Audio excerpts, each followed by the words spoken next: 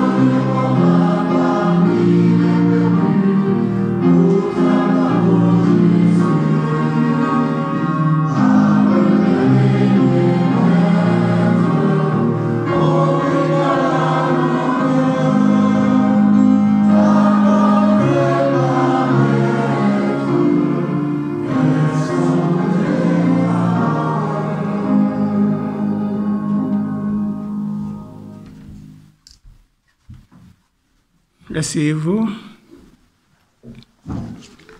Nous allons prendre nos Bibles et lire le texte de base de la méditation de ce matin dans 2 Chroniques 7, versets 11 à 16. 2 Chroniques 7, versets 11 à 16. Je lis. Lorsque Salomon eut achevé la maison de l'Éternel et la maison du roi, et qu'il eut réussi dans tout ce qu'il s'était proposé de faire dans la maison de l'Éternel et dans la maison du roi, l'Éternel apparut à Salomon pendant la nuit et lui dit: j'exauce ta prière et je choisis ce lieu comme la maison où l'on devra m'offrir des sacrifices. Quand je fermerai le ciel et qu'il n'y aura point de pluie, quand j'ordonnerai aux sauterelles de consumer le pays, quand j'enverrai la peste parmi mon peuple. Si mon peuple sur qui ait invoqué mon nom, s'humilie, prie et cherche ma face, et s'il se détourne de ses mauvaises voies, je l'exaucerai des cieux, je lui donnerai son péché et je guérirai son pays. Amen.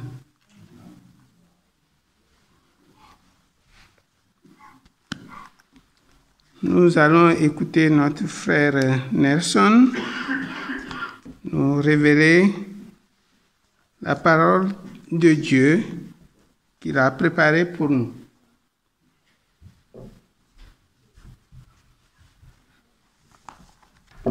C'est une occasion agréable pour moi de pouvoir partager avec vous la parole de Dieu.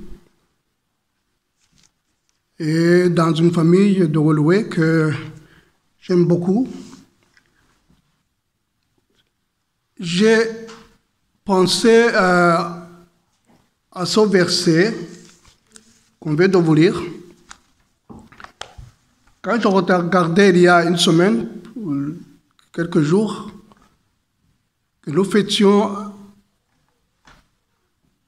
l'anniversaire de la fête de la Belgique.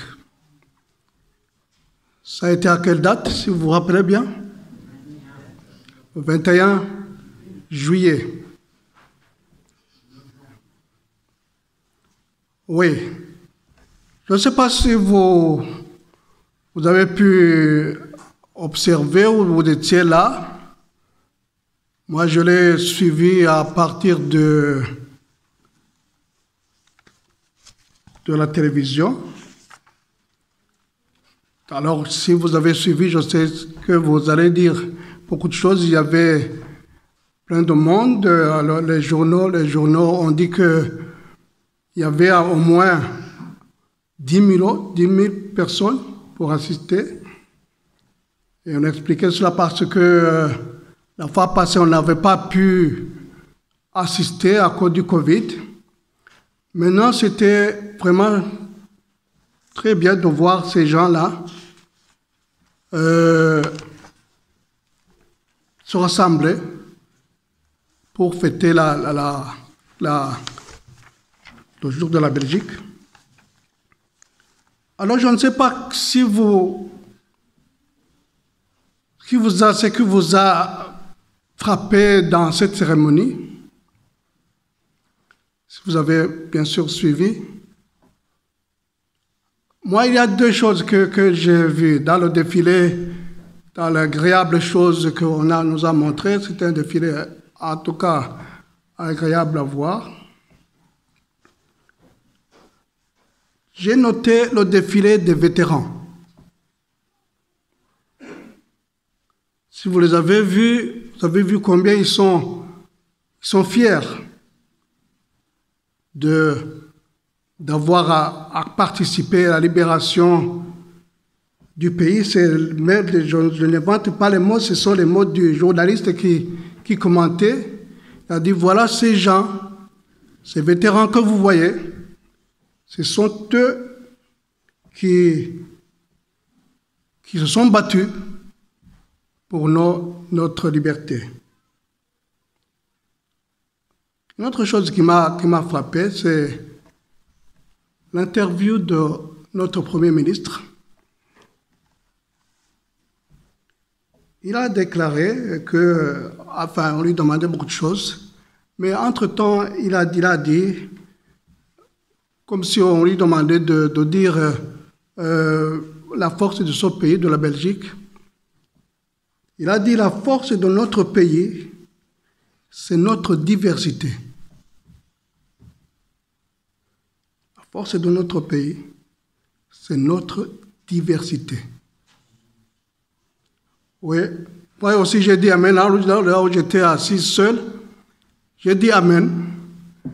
Parce que je pense que, dans mon opinion, ce sont des paroles humbles et qui montrent tout le programme du gouvernement. C'est de ne pas se se vanter de ces choses parce qu'il y avait beaucoup de démonstrations.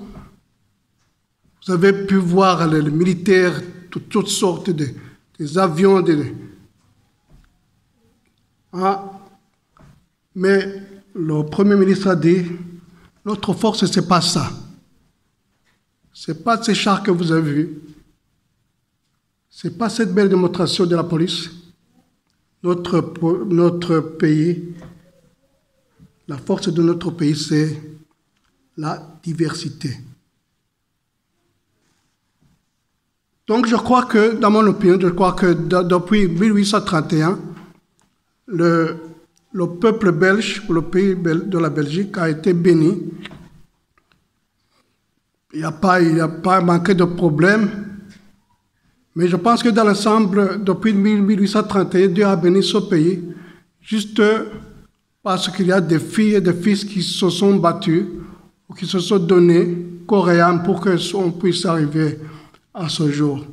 Et je pense que ces jours-là, c'est un réveil à la population pour qu'ils puissent regarder de l'avant, pour qu'ils puissent se sentir concernés par ce qui se passe dans le pays. C'est pour cela que chaque année, on va célébrer cela. Je pense que c'est cela, c'est mon opinion. Et la Bible nous dit qu'il faut prier pour nos dirigeants. Vous pouvez lire, on n'a pas beaucoup de temps, mais vous pouvez lire 1 Timothée 2, versets 1 et 2. Là, il est dit clairement qu'il faut obéir et mettre dans les mains de Dieu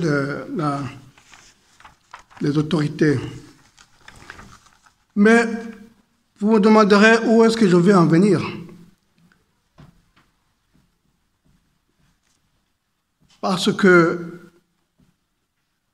nous sommes aussi une nation chrétienne. Où allons-nous?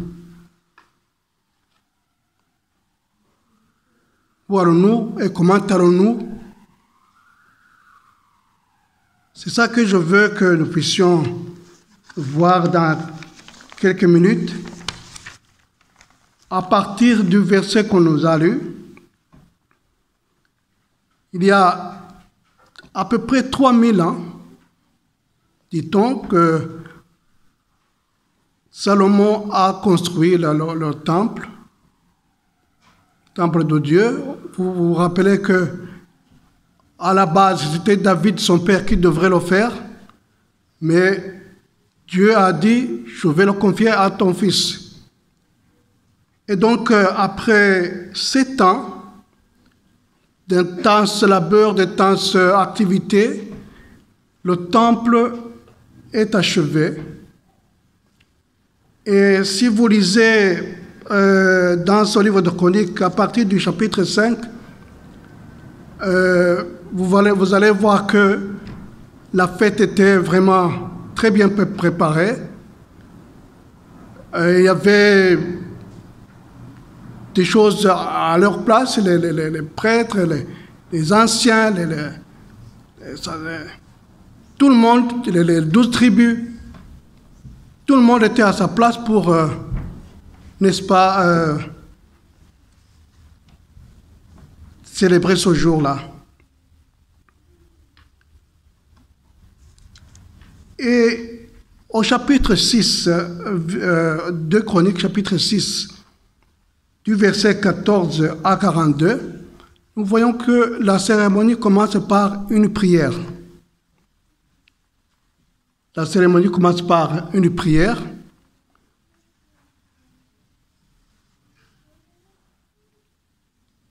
C'est une longue prière que nous allons voir certains aspects de cette prière.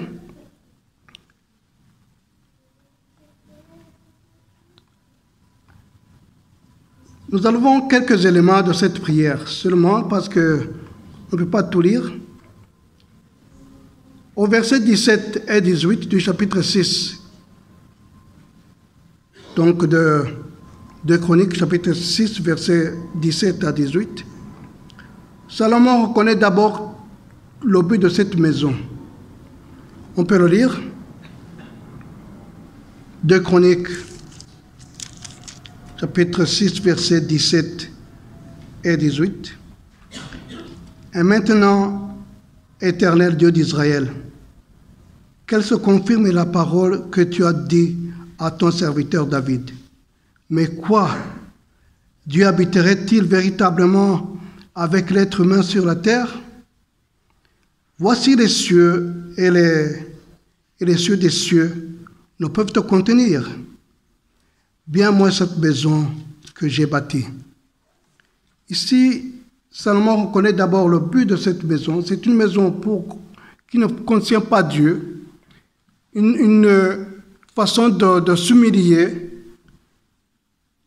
que Dieu ne peut pas habiter seul dans cette maison. C'est un Dieu universel qui est chargé de veiller sur d'autres peuples. Ensuite, nous avons le verset 19 à 21. 19 à 21. Une autre chose, toutefois, l'Éternel, mon Dieu, sois attentif à la prière de ton serviteur et à sa supplication. Écoute le cri et la prière de ton serviteur que ton serviteur t'adresse. Que tes yeux soient jour et nuit ouverts sur cette maison, sur le lien dont tu as dit que tu mettras ton nom. Écoute la prière de ton serviteur, fais-en son lieu. C'est un endroit où les hommes pourraient venir rencontrer Dieu afin de trouver le pardon de leurs péchés. Salomon rappelle ça dans sa prière. Il continue au verset 22 et 23. Vous allez voir que c'est là, dans cette église, dans ce temple, on réglerait la question du péché. C'est là que des gens pourraient se réconcilier. C'est là que Dieu devrait se réconcilier avec son peuple. Et Salomon rappelle cela dans la prière. Et puis, au verset 28 jusqu'au 31, c'est un lieu pour demander la guérison de tout mot. Soit le manque de nourriture, ou soit le manque les climats qui n'étaient pas tendres à eux, la famine. Donc c'était un endroit où l'Israël devrait prier et obtenir ce qu'il cherche. Et au verset 32 et 33, Salomon dans sa prière rappelle que ce lieu était aussi une place pour les étrangers. Les étrangers qui n'étaient pas hébreux, qui n'étaient pas israélites, mais ils étaient les bienvenus dans ce temple. Et si vous voyez la fin de cette prière au verset 40, maintenant, ô Dieu, ô mon Dieu, que tes yeux soient ouverts et que tes oreilles soient attentives à la prière faite en ce lieu. Maintenant, Éternel, lève-toi et viens à ton lieu, toi et l'arche de la puissance, que les sacrificateurs éternels de Dieu sont revêtus du salut, et que de tes fidèles se réjouissent dans le bonheur. Éternel Dieu, ne pousse pas ton Messie, souviens-toi des actes de loyauté de ton serviteur David. Voilà une prière que Salomon a adressée à Dieu avant de consacrer ce temple à à Dieu. Mais dans la Bible, nous voyons que Dieu a répondu à cette prière, mais pas directement. C'est à travers le songe de Salomon. Si vous voulez dire aussi au verset 12, quand vous allez au verset 12 chapitre 7, l'Éternel apparut à Salomon pendant la nuit et lui dit, « J'ai entendu ta prière et je choisis cet endroit comme maison de sacrifice. » Permettez-moi de sauter au verset 14. « Si mon peuple, sur qui est invoqué mon nom, s'humilie, prie et cherche ma face, s'il revient de ses mauvaises voies, moi, je l'écouterai des cieux, je lui pardonnerai de son péché et je guérirai son pays. » C'est une réponse, mais qui a une condition. Avec le mot « si », vous savez que quand on dit « si », je te demande si et seulement si tu fais ceci ou cela, c'est ça que Dieu a dit à Salomon.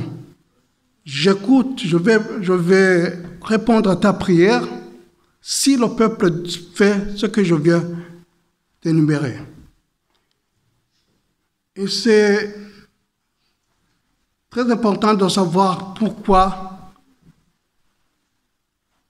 Dieu disait cela.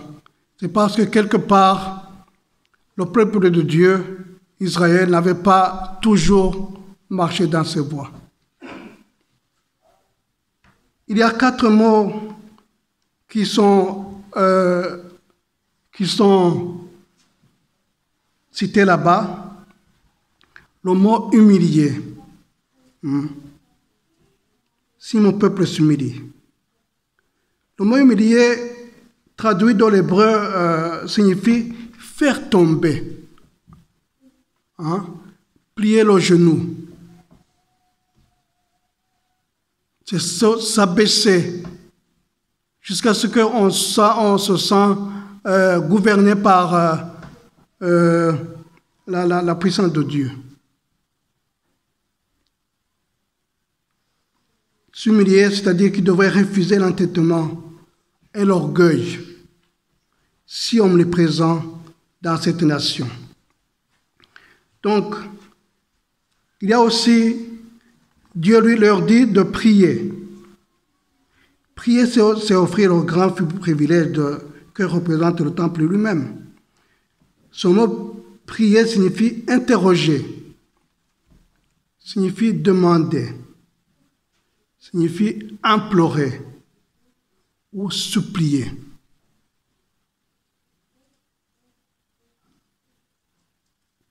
Le peuple d'Israël avait quelque part oublié de supplier leur Dieu. Ils avaient adoré d'autres dieux. C'est pourquoi Dieu leur rappelle que s'ils veulent vraiment être répondus, ils doivent savoir supplier, demander. Et enfin, il y a le mot « chercher ma face » signifie que ce peuple devait rejeter la recherche de soi et l'autonomie. Il est dit quelque part que le peuple d'Israël avait, comme je viens de le dire, avait adoré d'autres dieux. Ils avaient pris la face de Dieu dans leur cœur.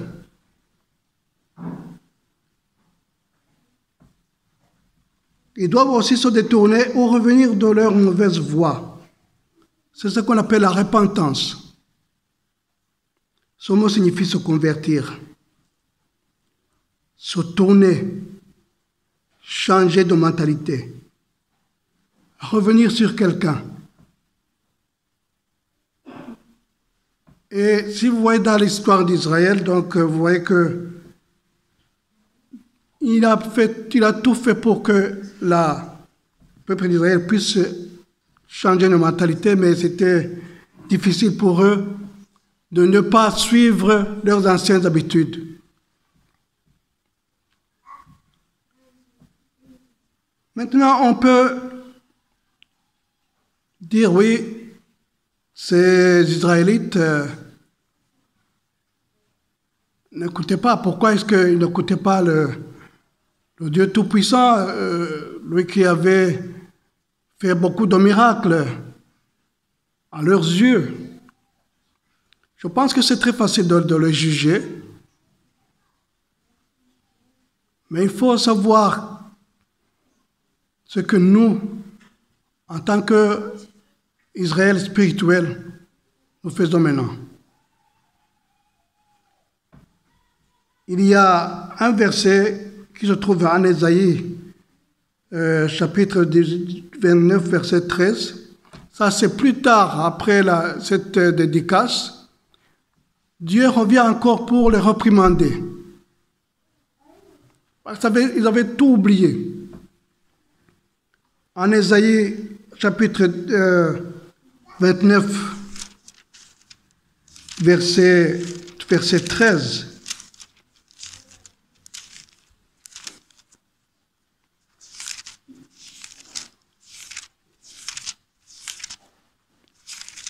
nous voyons la réprimande de Dieu. Verset 13. Le Seigneur dit, ainsi, quand son peuple s'approche de moi, il me glorifie de bouche et de lèvres, mais son cœur est éloigné de moi, et la crainte qu'il a de moi n'est qu'un commandement de tradition humaine. Voilà comment le peuple d'Israël était devenu. Mais comme je le dis, c'est très facile de le juger. Mais nous, actuellement, est-ce que nous sommes conscients de nos péchés? Est-ce que nous avons une suffisante humilité pour que Dieu nous réponde? Ne l'oubliez pas, le verset dit que si mon peuple fait toutes ces choses, alors j'interviendrai.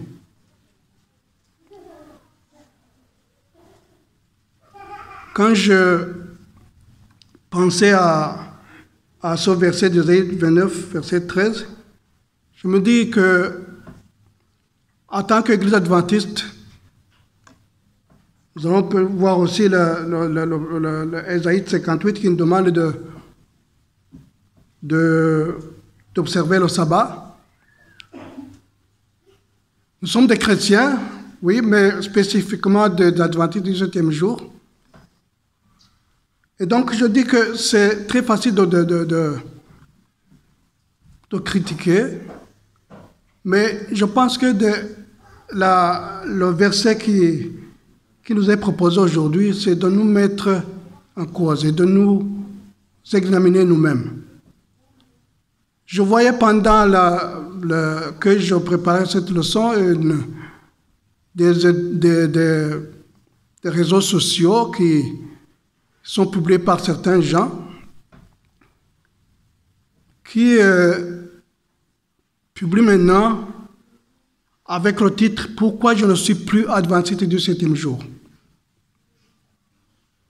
Pourquoi je ne suis plus adventiste du 7e jour? Pourquoi je ne viens plus à l'église?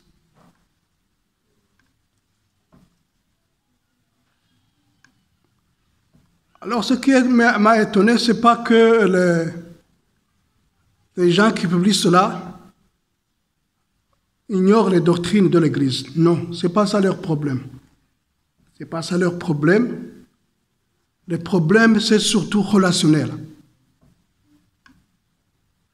J'ai pu relever des gens qui disent « Oh, quand je suis venu, il n'y a pas quelqu'un pour m'accueillir.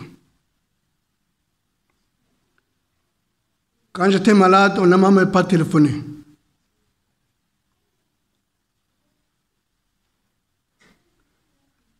quand j'avais dit ceci et cela, je n'ai pas vu.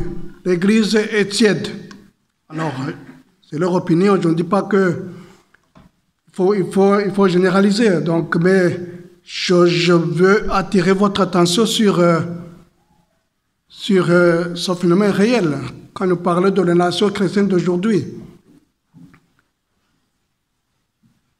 Et donc, les paroles qui ont été prononcées contre Israël peuvent nous aussi bien nous concerner. Donc, il nous faut faire ce que ça veut dire que peut-être, quelque part, nous n'avons pas accompli ce que Dieu veut de nous. Est-ce que nous nous repentons?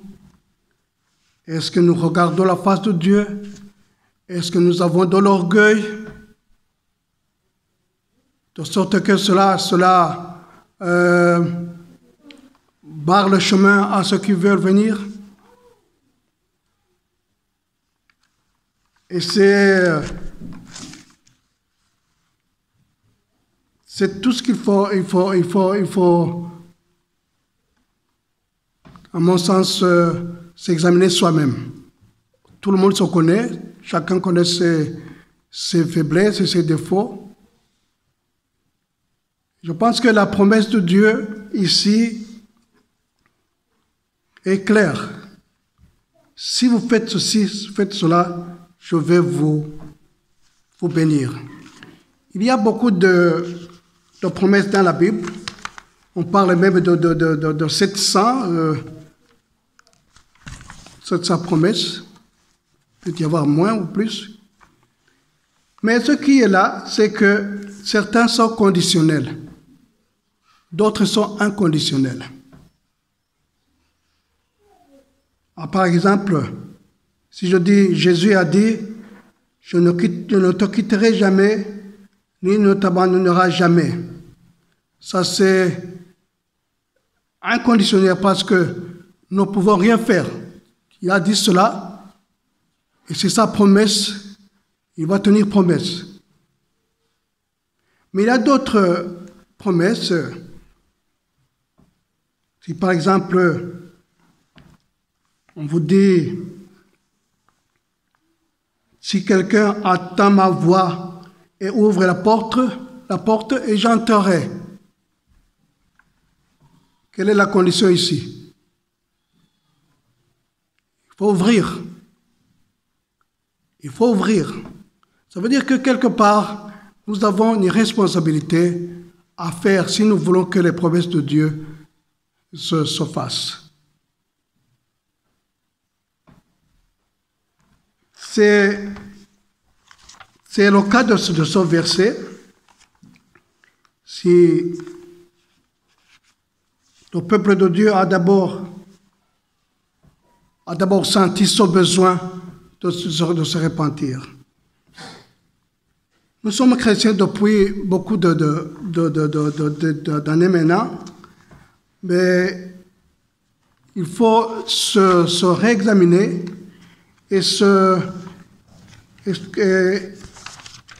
et prendre des décisions tangibles de servir Dieu.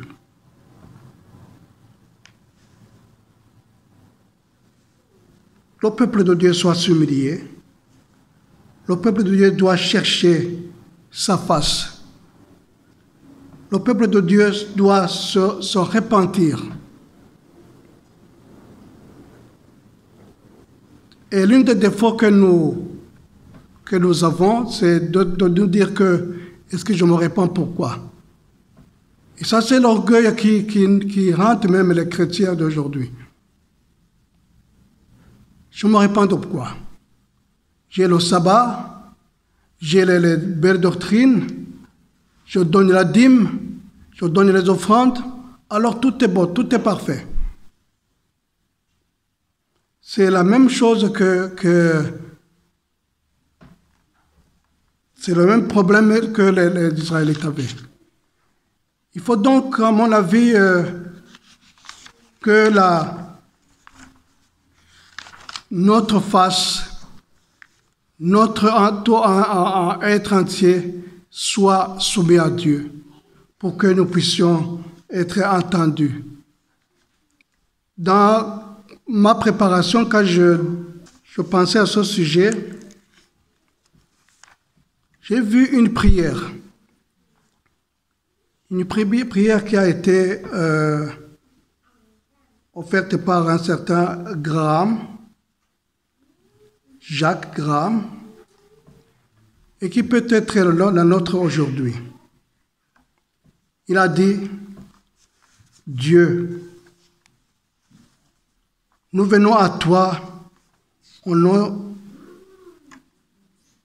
qui est au-dessus de tout nom, Jésus-Christ notre Sauveur.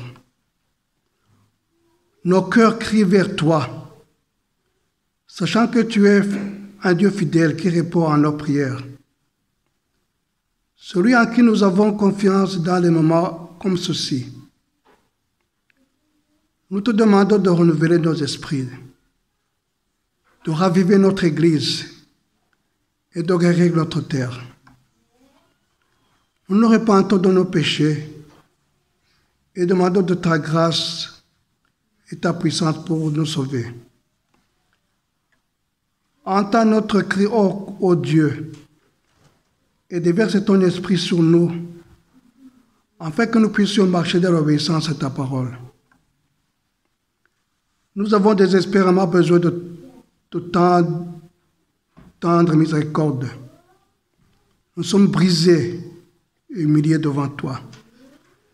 Pardonne-nous et dans la puissance de son grand amour, élève-nous pour vivre dans ta justice. Nous prions pour notre nation bien-aimée. Puissions-nous nous repentir et revenir à toi et être une lumière. Nous prions pour nos dirigeants et te demandons de leur donner de la sagesse et la foi pour te suivre. Préserve-nous et protège-nous, car tu es notre refuge, notre seul espoir. Délivre-nous de toutes les peurs, sauf de te craindre, et puissions-nous tenir courageusement dans la vérité qui nous libère. Nous prions avec une foi pleine d'attente, encore reconnaissant, au nom de Jésus, notre Sauveur. Amen.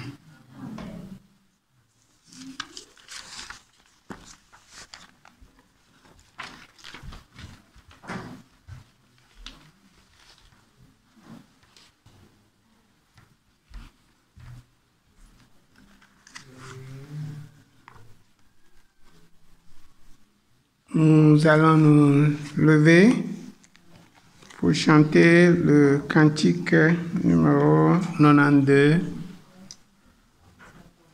dans tous nos cœurs. Oh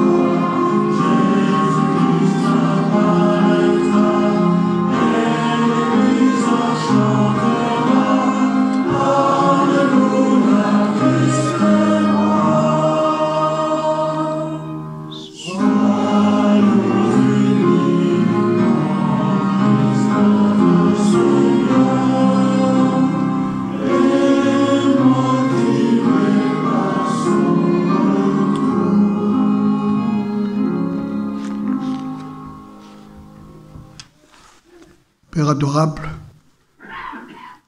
nous sommes allés loin de toi dans une certaine manière ou d'une autre.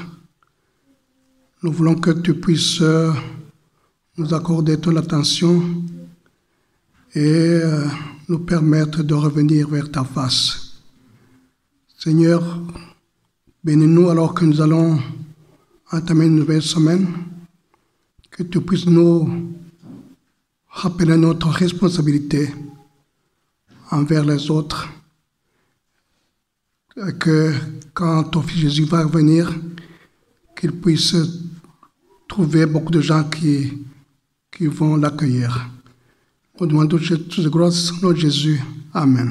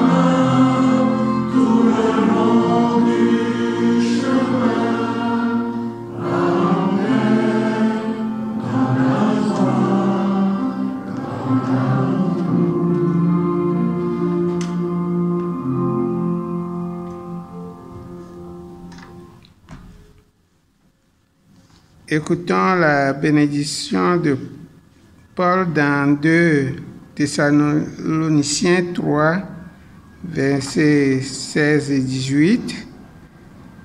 Que le Seigneur de la paix vous donne lui-même la paix en tout temps. De toute manière, que le Seigneur soit avec vous tous durant toute la semaine. Amen.